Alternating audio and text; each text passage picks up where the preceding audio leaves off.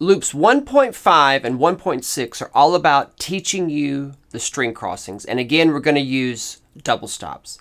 A great exercise for helping to teach you the relationship between the two strings when you're learning to do string crossings better is to go one string, two string, one string, two string, like so. So what we're going to do here, I'm going to go from the D string and then add the G string like this.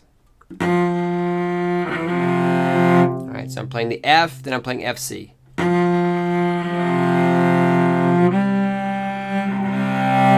Okay, and by connecting them that way, I teach my right hand, my bow hand, the relationship between the two strings because I'm going just far enough to connect that next string to get the double stop. Now, of course, we want to do the opposite. So 1.5 is the descending version of the notes in first position here from the painted black. Then 1.6 is the opposite. It's ascending. So I'm going to start on the G string notes here with the C, and I'm going to go up.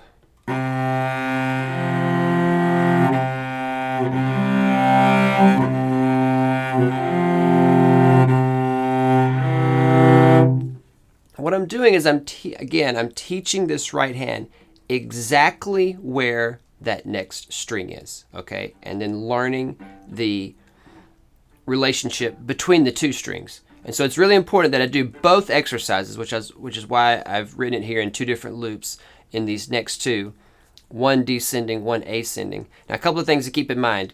It's okay to cheat down. I say cheat. What I mean is you really using the flexibility of your fingers, say going from the D to the G, okay? I never want to cheat with my wrist going up like this, okay? And so one great exercise that we do is called the bow push-up, where I'm going to hold the bow in both hands here, and I'm going to use my fingers to flex down, okay, and then back up. Flex down, back up. Can I maintain my bow hold while I flex the bow into my knuckles and back again? See this? Notice I'm maintaining the flat parts of my fingers. All right, remember our cliffhanger here. All right, I'm keeping the flat, fleshy, squishy parts, as some of my students say, on the bow here. Okay, and I'm using just my fingers. I'm not doing this. I'm not overextending my wrist like this. It's really my fingers flexing. I never want to cheat up, okay? If I'm going to say from the G to the D and my bow goes up like this, this is incorrect, okay? So my elbow is up, it's supporting my hand, okay? And I'm really using this finger flexibility. Yes, my wrist and my hand are moving. It's not that they're stationary, but my fingers are really doing a lot of the work because,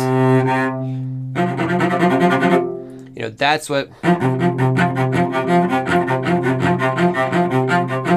allows me to move so fast. All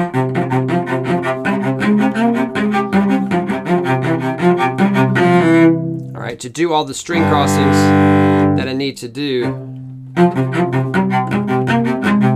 Okay?